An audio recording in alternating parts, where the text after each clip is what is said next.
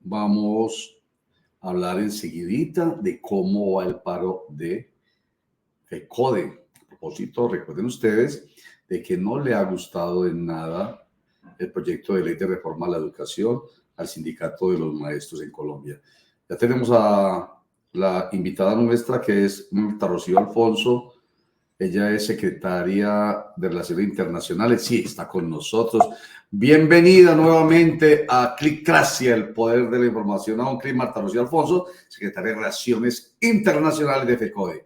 Gracias por estar con nosotros. Bueno, hola Roger, un saludo grandísimo y a todos quienes nos escuchan, a toda tu audiencia. Sí, aquí estamos todavía en paro. Bueno, ¿y cómo ha avanzado? ¿Qué ha pasado desde el momento en que tomaron la decisión? Porque vuelvo a decirlo, tiene que ver con el proyecto de reforma a la educación que no les satisface a ustedes. Dice que vulnera el derecho fundamental a la educación. Bueno, Roger, nosotros iniciamos un paro el miércoles. En el marco de ese paro se hizo un esfuerzo de conciliación para retomar las demandas frente a lo que no estábamos de acuerdo con esa enmienda. Digamos que avanzan de lado y lado en algunos puntos, no muy claros, pero hay que reconocer que hubo un avance. Pero cuando se llega al punto fundamental, que es el debate de la financiación de la educación pública estatal, pues ahí se rompe y se radican el jueves dos proyectos. Uno del pacto histórico, que recoge lo que venía en Cámara, más nuestras proposiciones, no solo de FECODE, sino otros sectores. ¿Por qué? Porque es que dicen los sectores privados que se está hundiendo. No, se les garantiza que educación privada y la gente puede escoger.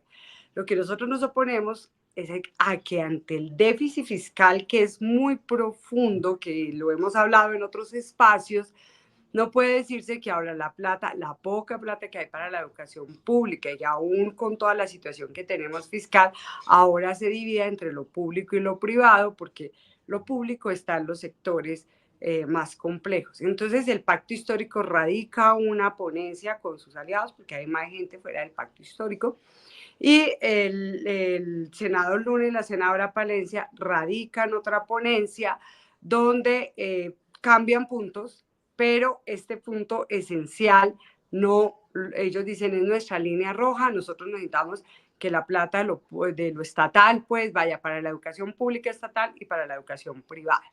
Entonces, ahí pues hay un debate, ya digamos que hay una ganancia del movimiento, una según la enmienda, dos se recogen un proyecto de nuestras propuestas y ayer no se agendó, hoy no se agendó.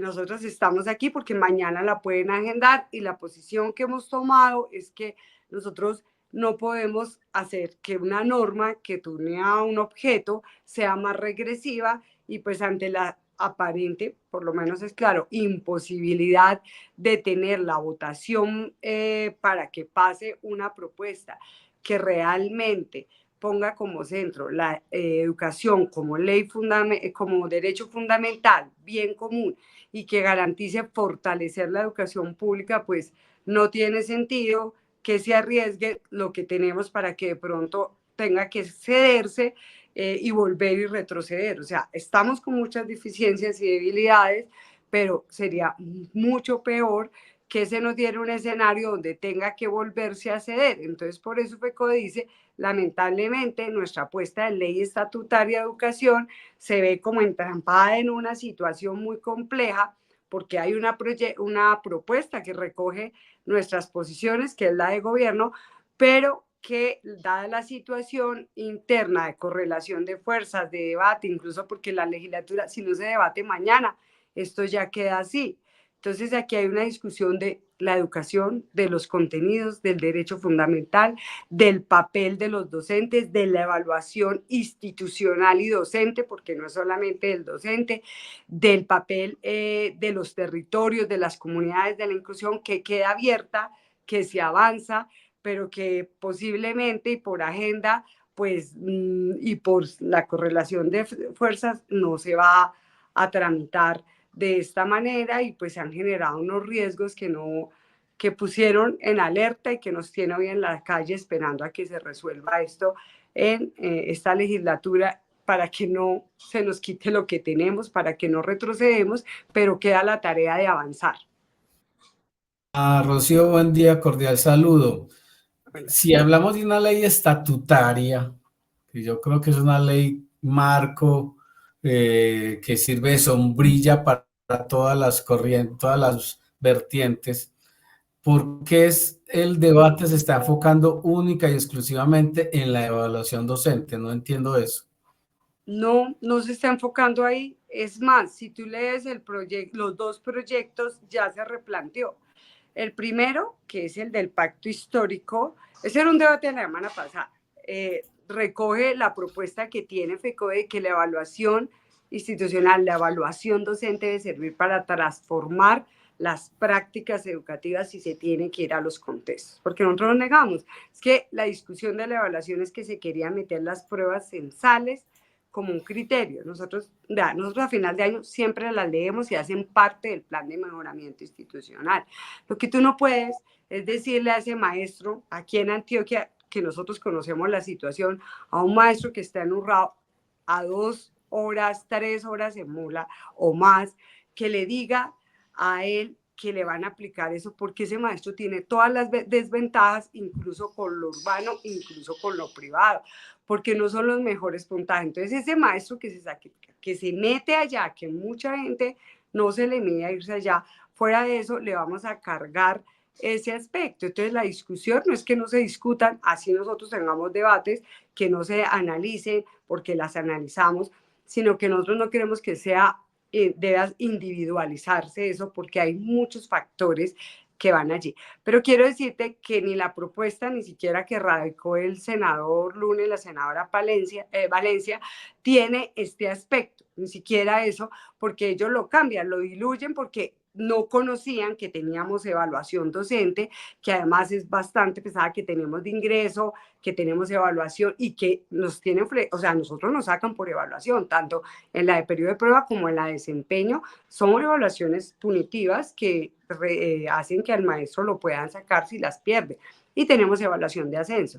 Creo que había mucho desconocimiento, esto fue bueno porque el país sabe que sí hay sistema de evaluación, que la gran mayoría estamos bajo sistema de evaluación. Entonces, el debate no está ahí, el debate hoy está, y lo dijo claramente ayer el senador Luna, lo dijo claramente la senadora Paloma Valencia, y lo decimos nosotros claramente, la discusión está en que los recursos del Estado deben atender la educación pública estatal.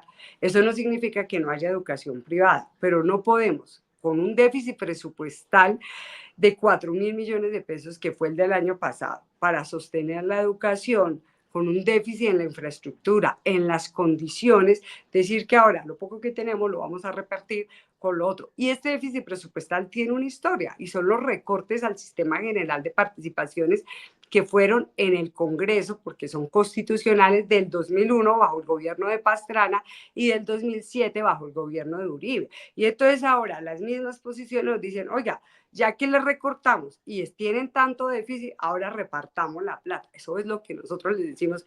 Estamos peleando por fortalecer la educación pública, estamos peleando porque hay una reforma al SGP que sea progresiva y favorable a la educación, y ahora nos dicen, y ese es el punto, yo creo que hay que ubicarse como en qué va el debate ya va en las ponencias que están radicadas, que hay que estudiarlas, que hay que compararlas, donde se entiende que se estaba, por ejemplo, lo de la educación terciaria también lo cambian las dos ponencias. Se entiende que una cosa es educación superior, otra cosa es educación terciaria, que no se niega, pero no es parte de la estructura. Se reconoce lo de los 3 grados de preescolar, que debe estar en las instituciones públicas, porque no puede ser que en las privadas se haya 3 grados de preescolar y en la pública no se garantice, porque solamente se garantiza transición. Entonces nosotros estamos pidiendo es que se garantice igual que en los otros y de manera integral. Por eso te digo que hoy ese no es el debate. Hay debates que incluso, y me parece muy bien, avanzaron en toda esta discusión hasta el otro lado, pero cuando se habla del problema de garantizar la educación pública estatal, viene el interés de los privados. Y ahí está el debate. Entonces hay que ponerlo donde es, porque yo creo que incluso las posiciones, voy a decir particularmente del senador Luna, hoy y varios entienden que el debate de la evaluación es mucho más complejo y no es simplemente mirar una prueba, individualizarla, porque tú estarías, imaginas ese maestro que está en medio ahorita del combate con unas dificultades, no va a tener los mismos resultados académicos ni las posibilidades que tienen en la ciudad.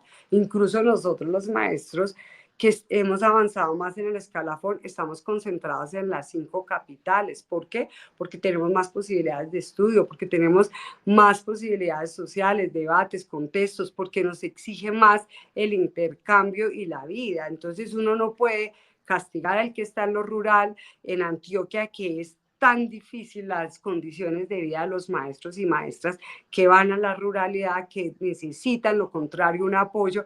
Entonces ahorita les decimos eso y miren los resultados de las pruebas. Pues los colegios rurales están en más deficiencia por humildes situaciones, porque pues en tu casa tú no tienes las condiciones que tienes ni en la ciudad ni en lo privado. Entonces yo creo que el debate hoy está en la discusión de la educación pública estatal, de los recursos, y ahí van las dos ponencias. De darse el debate mañana se inicia con la del pacto histórico. Entonces, de mirar allí qué pasa. Nosotros seguimos diciendo, ninguna ley que se sancione puede ser regresiva frente a lo que tenemos. Los temas de discusión y debate se pueden avanzar. Sí. Todos, todo el resto. Oiga, Marta Rocío Alfonso, secretaria de Relaciones Internacionales de BECODE, hay una paradoja que usted me va a confirmar o a desmentir.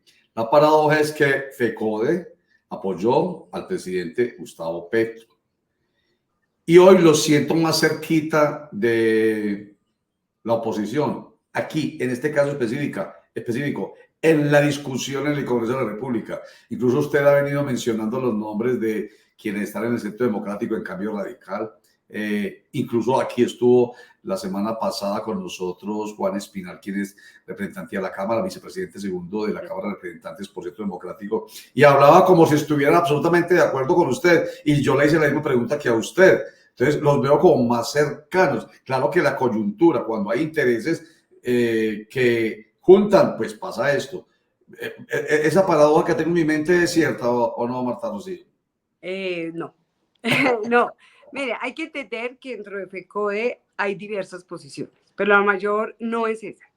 Nosotros consideramos que tanto la ministra de Educación y la senadora, los senadores que están en la Comisión Primera particularmente, y ella lo reconoce, la senadora María José, ellas lo que intentaron fue salvar, y al salvar pasaron las líneas que no aceptamos. Por eso el rechazo es contra la enmienda.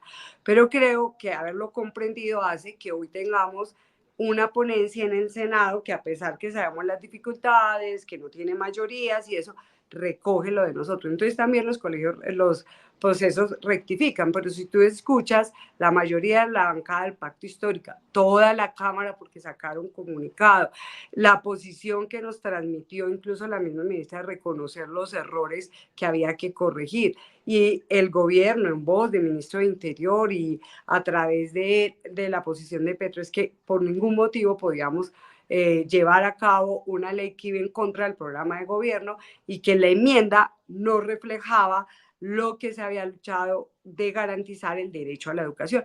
Tal es que el jueves se radica la posición con lo que realmente hemos peleado históricamente y como plan de gobierno, digámoslo así. Entonces, decir que estamos rotos con el gobierno, no, una discusión frente a un manejo que no fue adecuado, que no reflejó lo que debía, y en ese sentido se corrige el jueves, se debate muchísimo, pero eso hace parte de las discusiones, porque nuestro hacer como organización sindical, por más que mayoritariamente hayamos respaldado las políticas de un gobierno y hemos persistido en esos cambios, también somos vigilantes en que los cambios vayan para lo que hemos construido, sabiendo que hay que hacer acuerdos, que hay que hacer concesiones. Entonces, no, creo que el punto es claro, la diferencia está para qué se quieren los recursos, por eso hay dos ponencias, por eso no se concilian, y por eso la ponencia que está del Pacto Histórico recoge los debates que habíamos planteado, no solo nosotros, esa ponencia que se radica el jueves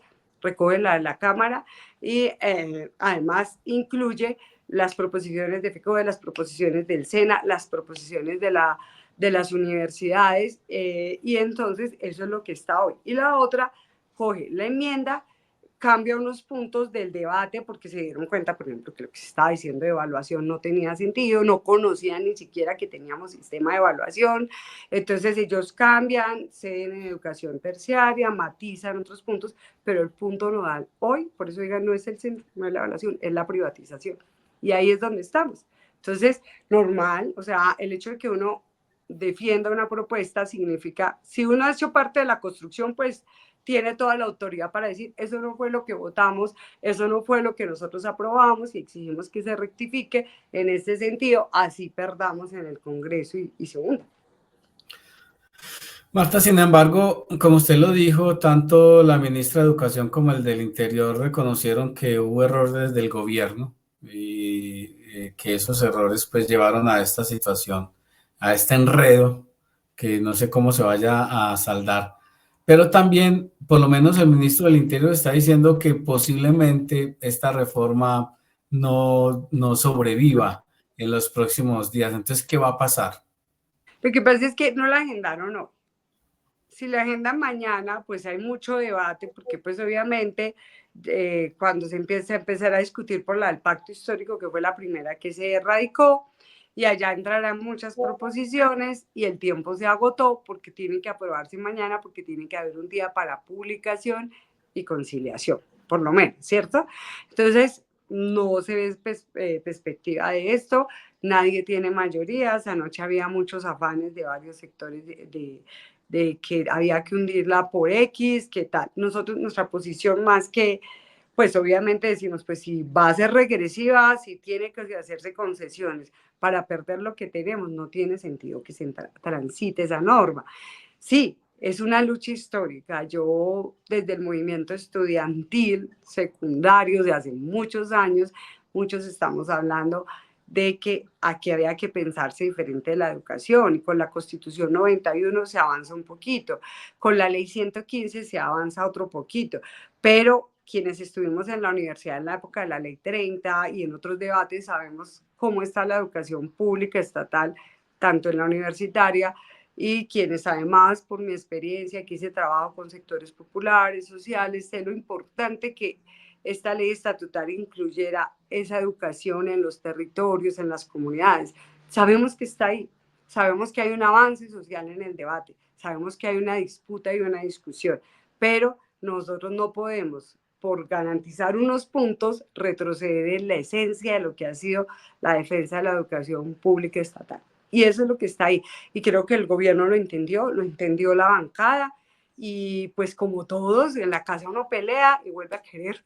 Entonces hoy estamos en una discusión que hay que ser coherentes. Así uno pierda, uno tiene que ser coherentes en las discusiones. Y Roger, tú sabes que yo soy dirigente sindical de Antioquia y conozco profundamente la educación rural, que es lo que más me duele a mí, no que no me duela lo urbano, pero lo rural, porque además lo rural está en lo urbano, porque cuando yo me vinculé estábamos en ese periodo de desplazamiento tan brutal, porque tú sabes que ha sido una pelea porque la educación transforma esas realidades del país. No es una visión egoísta, es pensar de verdad que la educación pueda tener otros escenarios para estas poblaciones. Entonces, esto es lo que está en debate allí.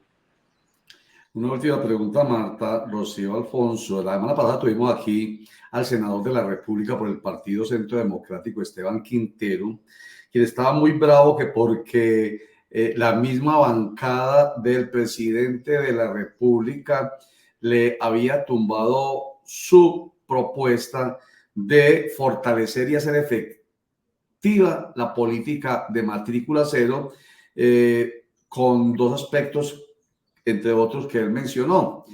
Uno, hombre, que es muy difícil hacer realidad la matrícula cero porque no existen los recursos. Entonces él proponía que se buscara la manera de que la virtualidad apoyara ello. De tal manera que en los parques educativos de Antioquia, por ejemplo, se pusiera en marcha la conectividad, como pasa incluso hoy, que usted la debe conocer, como la experiencia de la Institución Universitaria Digital de Antioquia, que nació así y se ha crecido tremendamente con el uso de estos espacios.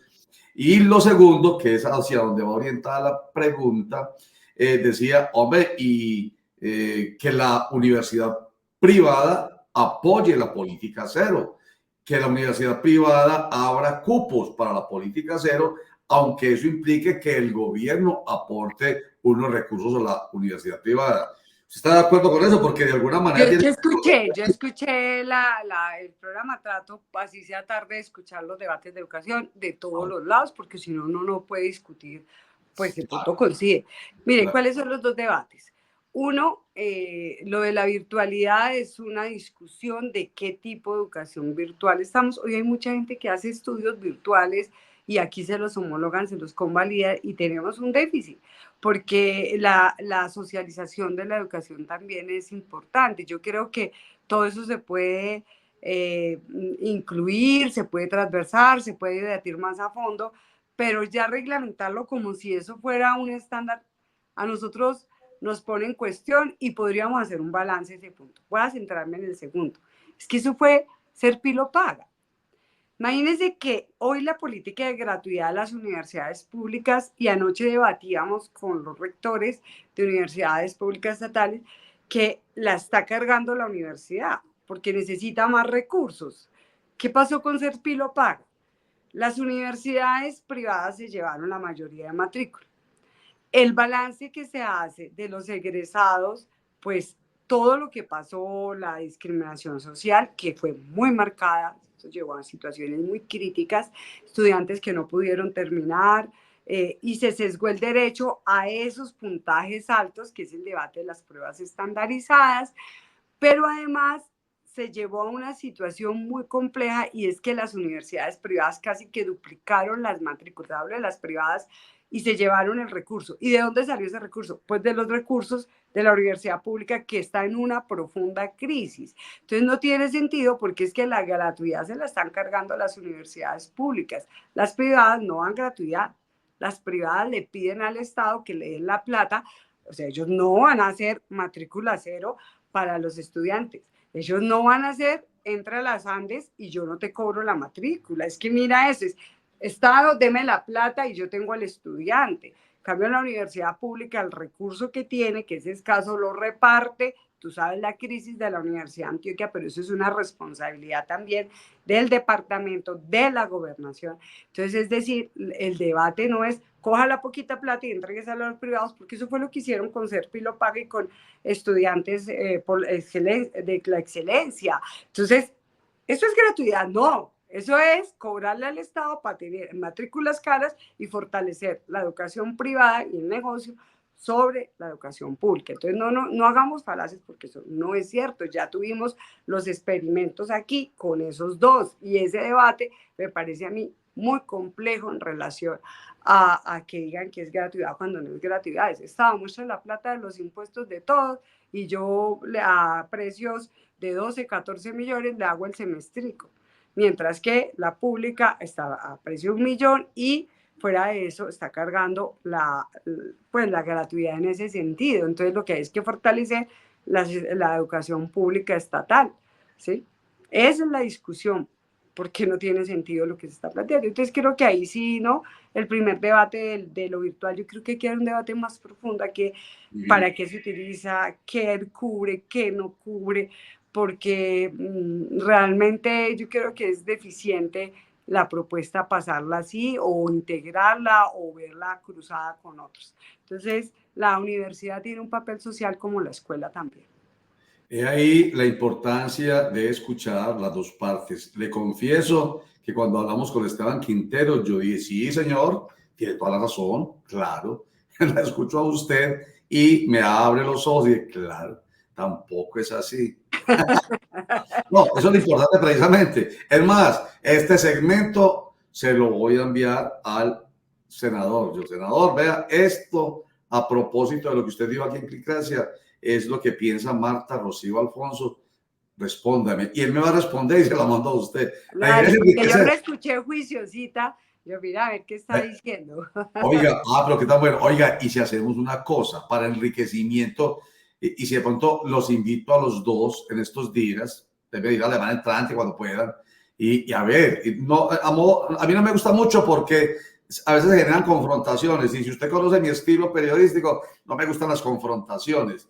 que son muy importantes los debates. Eso no quiere decir los disensos y los debates son muy importantes, y lo que es que a veces las confrontaciones se dan al aire porque se acaloran y entonces terminan de malas maneras. Pero muy bueno, un poco como para ayudarnos a entender desde esos puntos de vista, ¿le parece?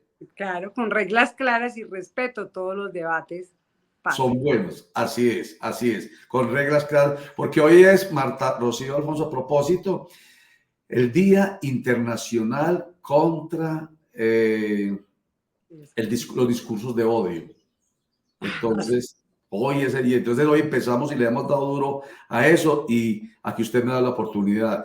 Se puede estar en la oposición, se puede estar en contra, puede haber disensos, que de eso se trata nuestra democracia, pero con respeto, con responsabilidad, con altura y sin odio en el discurso.